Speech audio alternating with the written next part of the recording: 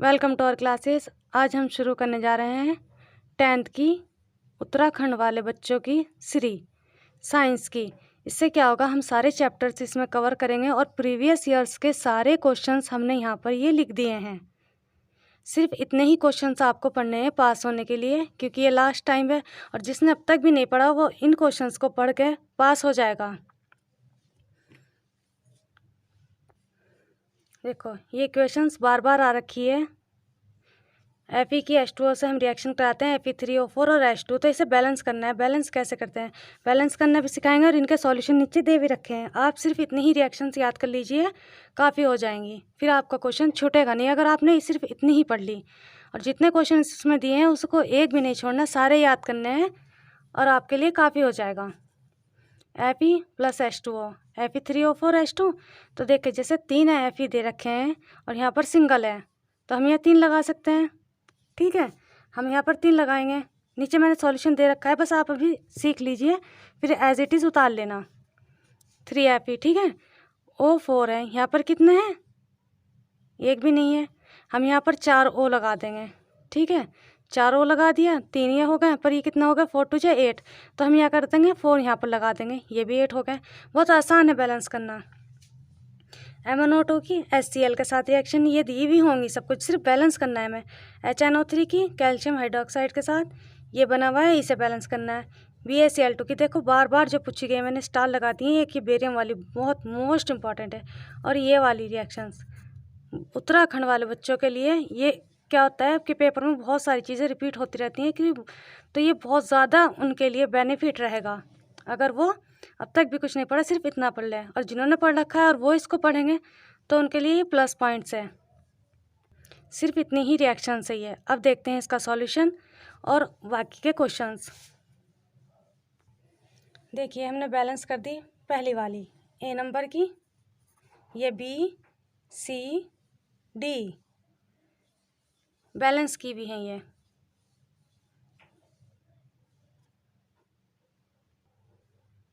E और F,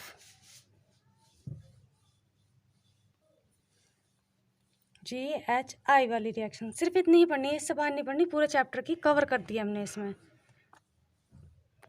अब देखते हैं क्वेश्चन एक्सोथर्मिक और एंडोथर्मिक रिएक्शंस। बार बार क्वेश्चन ये वाला हमारा पूछा जाता है उत्तराखंड बोर्ड में। हमने सारे प्रीवियस क्वेश्चंस का निचोड़ ले रखा है। तो इसमें क्या होता है, कभी कभी पूछते हैं कि एक्सोथर्मिक रिएक्शन की डेफिनेशन बताओ, कभी एग्जांपल्स पूछते हैं कि एक्सोथर्मिक रिएक्शंस का एग्जांपल दो, कभी एंडोथर्मिक की रिएक्शन का भी एग्जांपल, कभी ऐसा कर देता है कि दोनों को डिफरेंस पूछ लेता है, पर पूछता ज़रूर है। आपको छोड़ने नहीं है ये वाले क्वेश्चन। सिर्फ 11 क्वेश्चंस दिए हैं इस पहले चैप्टर के मैंने बना के, और वो भी टू द पॉइंट, बहुत छोटे कर दिए इंग्लिश मीडियम वाले बच्चों के लिए, कि जैसे याद करने में भी ईजी हो जाए जिसने अब तक नहीं पढ़ा, और क्या होगा, पास भी हो जाए वो। क्योंकि हिंदी मीडियम वाले बच्चों के लिए तो मॉडल अवेलेबल होते हैं, इंग्लिश वालों के लिए क्या होता है, इस तरह से मॉडल अवेलेबल नहीं होते।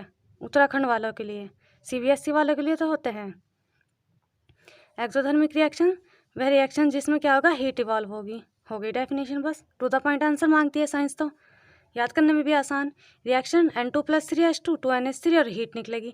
एंडोथर्मिक रिएक्शंस का मतलब होता है जिसमें एब्जॉर्ब होती है, एंडो अंदर को एब्जॉर्ब हो रही है, एंडो का मतलब से याद रखना, एंडो एब्जॉर्ब हो रही है अंदर को, ठीक है, जिसमें हीट एब्जॉर्ब होती है।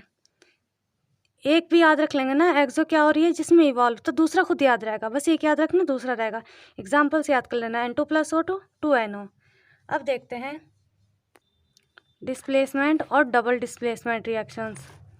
इसमें क्या होता है, कभी कभी डिस्प्लेसमेंट पूछी या उसका एग्जाम्पल पूछा, या कभी डबल डिस्प्लेसमेंट पूछ ली, उसका एग्जाम्पल पूछ लिया, या दोनों को एक साथ पूछ लिया डिफरेंस करके। प्रीवियस ईयर में ये बार बार क्वेश्चन पूछे गए हैं।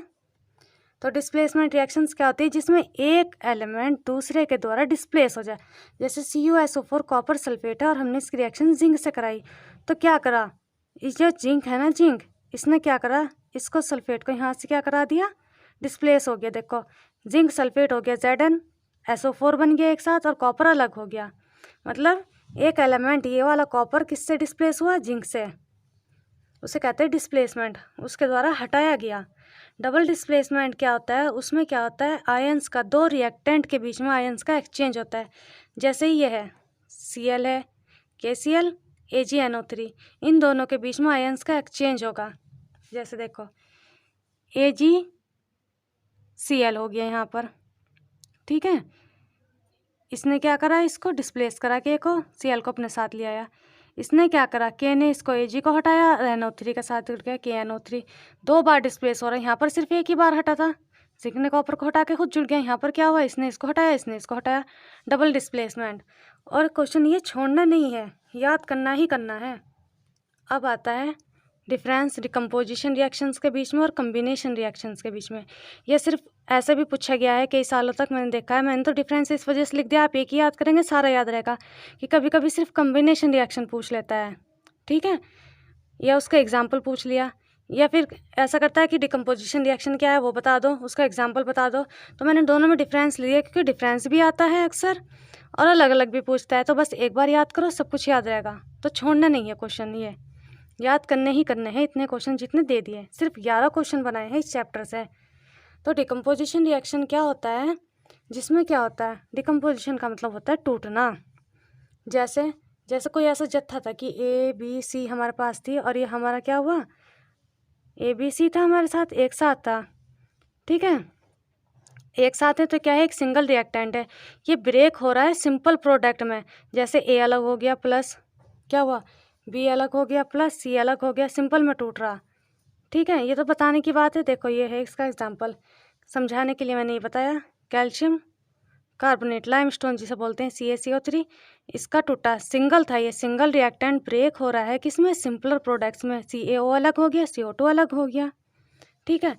कम्बिनेशन में क्या होता है, कंबाइन होता है, 2 और मोर रिएक्टेंट्स कंबाइन करके एक सिंगल प्रोडक्ट बनाता है। जैसे देखो, जैसे A था, ठीक है, प्लस B प्लस C, 2 या 2 से ज़्यादा रिएक्टेंट आपस में जुड़े, एक सिंबल बना दिया, सिंगल ABC, सिंगल प्रोडक्ट बन गया। जैसे देखो एग्जाम्पल इसका, कैल्शियम ऑक्साइड और H2O, क्योंक्लाइम है ये, CaO और H2O मिलके क्या बना, स्लेग लाइम बन गया, ठीक है। तो इसको छोड़ना नहीं है। अब देखिए डेफिनेशन कोरोजन और रेंसिडिटी की, ये भी बहुत बार पूछी जाती है। कोरोजन किसे कहते हैं, ये होता है जंग लगना किसी भी मेटल पे, जैसे लोहे वगैरह पे जंग लग जाना। तो वो क्या होता है, नमी वगैरह से लगता है जंग, मॉइस्चर के अटैक से या एसिड का। तो इसको क्या कहते हैं, इस इफेक्ट को कोरोजन कहेंगे। जैसे रस्टिंग ऑफ आयरन, ठीक है। कभी कभी सिर्फ ये पूछते हैं कोरोजन की डेफिनेशन दो, ज़्यादातर ये दोनों ही पूछे हुए मैंने देखा है। कभी कभी रेंसिडिटी के पूछता है, तो आप दोनों याद कर लीजिए, जिसमें से भी एक की पूछी एक की लिख दी, दोनों पूछी दोनों लिख दी। रेंसिडिटी क्या होता है, जब हमारी कोई तेल वाली चीज़ है बहुत टाइम तक रखी रहती हैं बिना फ्रीज करे, तो वो ख़राब हो जाती है, उसमें बबल टाइप का आने लगते हैं, सड़ने शुरू हो जाती है, उसको कहते हैं उसका रेंसिड होना।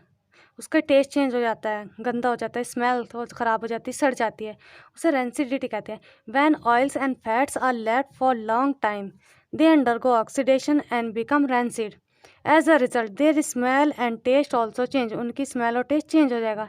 जैसे एग्जाम्पल ऑयल्स एंड फैट्स। अब पढ़ेंगे हम क्वेश्चन नंबर 6। एक सॉल्यूशन है सब्सटेंस एक्स का, ठीक है, सॉल्यूशन है एक पानी का, उसमें एक सब्सटेंस एक्स है, हमें पता नहीं एक्स क्या है, वाइट वॉशिंग के लिए यूज़ हो रहा है, पुताई करने के लिए। उसका एक्स का नाम बताना है, उसका फॉर्मूला बताना है, और वो जो रिएक्शन बतानी है सब्सटेंस एक्स की, इसी एक्स की पानी के साथ। तो जो क्या है, वाइट वॉशिंग के लिए हम यूज़ करते हैं चूना, कैल्शियम ऑक्साइड, ठीक है। अब कैल्शियम ऑक्साइड की दूसरे क्वेश्चन में क्या बतानी है, देखो इसने कहा था उसका क्या बताना है, फॉर्मूला, फॉर्मूला बता दिया CaO, नाम बता दिया हमने कैल्शियम ऑक्साइड। दूसरे क्वेश्चन में पूछा है कि उसका क्या बताना है, इसी वाली इसका एक्स सब्सटेंस की हमें पानी से रिएक्शन करानी, CaO की H2O के साथ रिएक्शन कराई, तो हमने कैल्शियम हाइड्रोक्साइड स्लेग लाइम बना, ठीक है। अगर आपको क्या होता है, क्वेश्चन पूछा, ठीक है, और आपको ये याद नहीं हो रहा, उस टाइम पे याद नहीं आ रहा क्यों लाइम था, स्लेग लाइम था, ये कैल्शियम हाइड्रोक्साइड है, ये भी नहीं आता इतना भी, तो टेंशन नहीं लेना, ये नाम लिखने की ज़रूरत नहीं है, जितना क्वेश्चन पूछा उतना करते हैं, बस रिएक्शन करा दे, छुट्टी, मत लिखो नाम भी, क्योंकि ये है कि गलत होने से अच्छा है लिखो ना, गलत होगा नंबर कटेगा, तो लिखो मत, टू द पॉइंट आंसर दे दो, सिर्फ रिएक्शन दिखा दो, नाम लिखने की ज़रूरत ही नहीं है। फिर नहीं आते तो आते हैं तो बहुत अच्छी बात है। अब एक क्वेश्चन ये है, देखो कि कॉपर सल्फेट का जो सॉल्यूशन है, जब उसके अंदर हम आयरन की नेल डिप कराते हैं वो चेंज क्यों हो जाता है। तो आयरन जो है, आयरन डिस्प्लेस करेगा कॉपर को के ब्लू सॉल्यूशन को कॉपर सल्फेट के, ठीक है, iron displaces copper from blue solution of copper sulphate. Copper sulphate का सॉल्यूशन ब्लू होता है, तो आयरन उसको डिस्प्लेस कर देगा किसमें, लाइट ग्रीन कलर में, फेरस सल्फेट के। ठीक है, इंपॉर्टेंट क्वेश्चन है ये। Identify the substance that are oxidised and the substance that are reduced in the following reactions. देखो हर साल ये क्वेश्चन पूछा जाता है कि हमें इक्वेशंस दे देगा और ये पूछेगा कि किसका ऑक्सीडेशन हो रहा है और किसका रिडक्शन हो रहा है। तो हमने जो मेन क्वेश्चंस है पूछे हुए वो सारे लिख दिए हैं, और इससे आपको आ भी जाएगा करना, खुद से कर भी सकते हो, बहुत ईजी है। और क्या होगा इससे कि आपके पास वो सारे क्वेश्चन हो भी जाएंगे, इससे बाहर पढ़ने की ज़रूरत नहीं है आपको, बस सिर्फ इतने पढ़ना और पासिंग हो जाएगा आपका। देखिए ये उन्होंने रिएक्शन दे रखी है कि 4Na + O2 2Na2O, इसमें ऑक्सीडेशन हो रहा है, ये रिडक्शन। तो ऑक्सीडेशन का मतलब क्या होता है, ऑक्सीडेशन का मतलब ऑक्सीजन से ही हो रहा है, जिसके पास ऑक्सीजन जुड़ रही है आगे, ठीक है। और रिडक्शन इसका उल्टा हो गया, जिस पर हाइड्रोजन जुड़ेगा, इसका मतलब। तो सिर्फ एक याद रखो, ऑक्सीडेशन याद रख सकते हैं, नाम ही ऑक्सीडेशन है, और ओ आ रहा oxygen, oxidation oxygen, oxidation oxygen, याद रहेगा। दूसरा वाला इसका उल्टा है, सिर्फ एक याद रखो। तो क्या होगा देखो, Na था और ऑक्सीजन की रिएक्शन हुई, इससे Na2O बनना। तो ये सोडियम जो है ना वो ऑक्सीडाइज्ड हुआ क्योंकि ऑक्सीजन आया। किस में ऑक्सीडाइज्ड हुआ, Na2O में। और जो ये ऑक्सीजन था वो क्या हो गया, फिर रिड्यूस हो गया। दूसरा वाला तो खुद ही रिड्यूस हो जाएगा, बस एक याद रखो, ऑक्सीडाइज हो रहा, दूसरा तो रिड्यूस होना ही है। Sodium is oxidised to Na2O, ठीक है।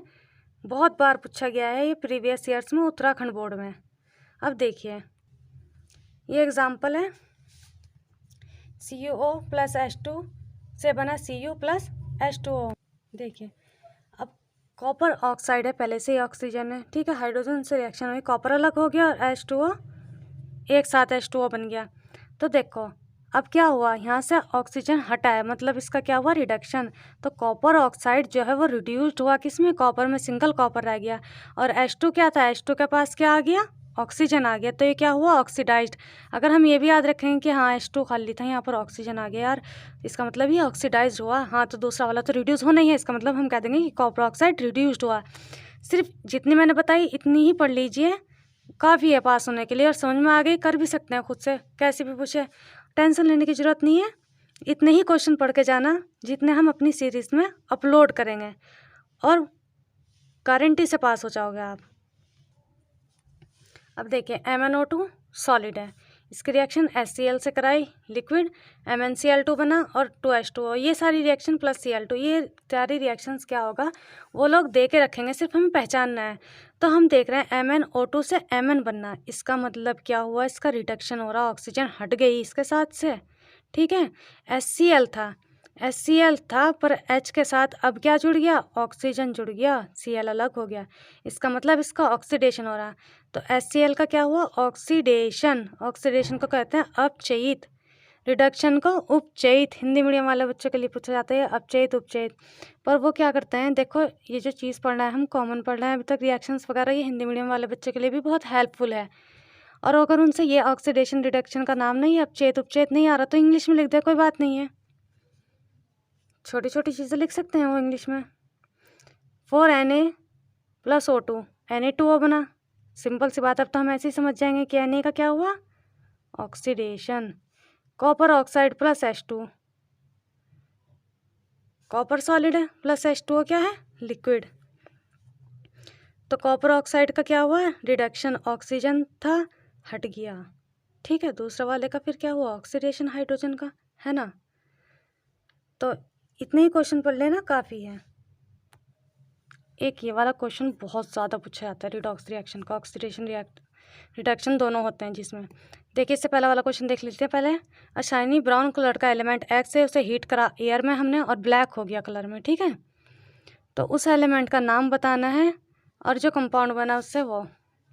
जो एलिमेंट X है वो कॉपर है और ब्लैक कलर का कंपाउंड जो बना वो क्यूप्रिक ऑक्साइड CuO बना। Define redox reaction. आपको क्या करना है, अगर आपसे कुछ भी नहीं आता ना, सिर्फ इतने ही क्वेश्चन जितने हमने अपनी सीरीज में अपलोड करने जा रहे हैं ना पूरे, सिर्फ इतने रट लीजिए। कुछ भी नहीं आ रहा तो रट लीजिए, लिख लिख के याद कर लीजिए, बस काफ़ी हो जाएंगे उत्तराखंड वाले बच्चों के लिए पास होने को। ऑक्सीडेशन और रिडक्शन प्रोसेस क्या होता है, जिसमें रिडॉक्स रिएक्शन का मतलब होता है ऑक्सीडेशन और रिडक्शन दोनों एक साथ हो। अब तक हम देख रहे थे ऑक्सीडेशन और रिडक्शन, ठीक है। अब दोनों एक साथ होंगे एक ही टाइम पे, उसे कहेंगे रिडॉक्स रिएक्शन। तो इस रिएक्शन को क्या कहेंगे, रिडक्शन ऑक्सीडेशन के नाम से भी जाना जाता है। रिडॉक्स रिएक्शन को बहुत ज़्यादा बार पूछा गया क्वेश्चन है ये। देखिए कभी कभी ऐसा करता है कि रिडॉक्स रिएक्शन के एग्जाम्पल दो, तो हमें पता है ऑक्सीडेशन वाला भी देना, रिडक्शन वाला भी देना हमें। ये रिडॉक्स रिएक्शन की डेफिनेशन किसी भी तरह से पूछे, बस हमें इसे याद करके जाना, पक्का छोड़ना नहीं है, इतना रट लो बस। देखो कार्बन की ऑक्सीजन के साथ, अब ये एग्जाम्पल हमें खुद लिखने पड़ेंगे, वो नहीं देंगे लिख के। CO2 बना तो क्या हुआ, ऑक्सीडेशन हुआ किसका, कार्बन का, ऑक्सीजन जुड़ गई। PbO + C, देखो Pb अलग हो गया लेड, और CO एक साथ हो गया, ऑक्सीजन CO के साथ आ गया, मतलब क्या हुआ, PbO का रिडक्शन हुआ, यहाँ से ऑक्सीजन हट गई। इसी के साथ ये चैप्टर हुआ कंप्लीट। अब मिलेंगे हम अगले चैप्टर के साथ।